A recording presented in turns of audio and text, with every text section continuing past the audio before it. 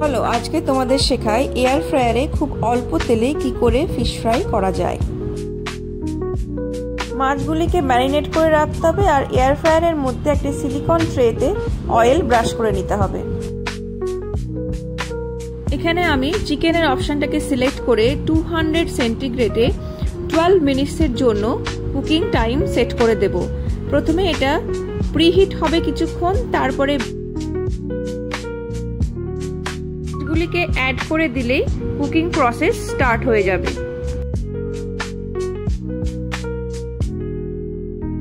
তারপর half time মতো cook হওয়ার পর যখন টার্ন ফুড অপশন দেবে তখন মাছগুলিকে আবার উল্টে দিতে হবে।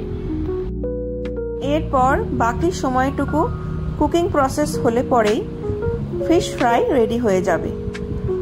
এয়ার ফ্রায়ারে খুব অল্প তেলেই খুব তাড়াতাড়ি হেলদি এবং টেস্টি ফিশ ফ্রাই রান্না করা যায়। ধন্যবাদ।